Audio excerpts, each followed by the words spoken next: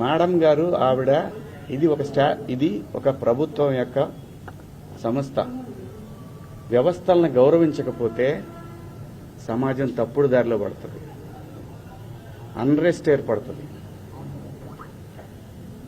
ఆవిడ చాలా హుందాగా, చాలా గౌరవంగా ఈ వ్యవస్థను నడిపిస్తా ఉన్నారు. ఒక బిడ్డకి చెప్పినట్టు చెప్పారు, ఇది ఇలా తప్పు. నేను అడిగింది ఒకటే మేడం గారిని, మేడం గారు మీరు మీ డ్యూటీ చేశారు, మీరు చేసిన దానికి నేను గౌరవంగా నేను వచ్చి ఒక పౌరుడిగా నా బాధ్యత నేను నిర్వహించాను. ఇక్కడ ఇందాక నేను మాట్లాడిన నా కుట్ర విషయం వేరే, మేడం గారి సందర్భంలో జరిగింది వేరే. నన్ను అంతగా అసహించుకోవటానికి, మీరు నా మీద అంత జలసీ రావటానికి ఏమిటమ్మా కారణం? నేనేం తప్పు చేశాను? నా బుద్ధి గడ్డి తిని మీ నాన్న చెప్పడా మీ ఇంట్లో? మీ అమ్మ చెప్పదా మీ ఇంట్లో? అంత ద్వేషం ఎందుకు పెంచుకుంటున్నారు? వినా స్త్రీయ జననం నాస్తి. స్త్రీ లేకపోతే ప్రపంచమే లేదు.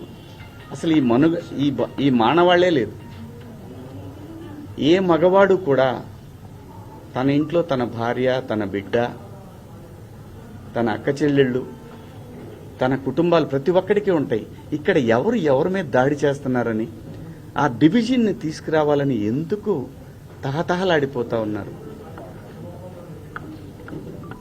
అందరి వాదన ఒకటే, స్త్రీని మహాలక్ష్మిలా చూసుకోవాలనుకుంటారు.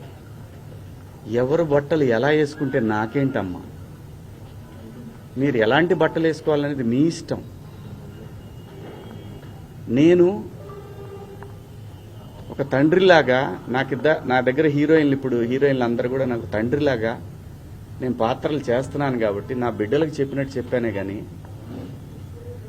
ఇంతకుముందు ఎప్పుడు ఎవరు ఏమీ అనలేదమ్మా. వాళ్ళ మీద మీరు ఇలాగే కంప్లైంట్లు ఇచ్చారా? జూమ్ మీటింగులు పెట్టుకుని మీలో మీరే?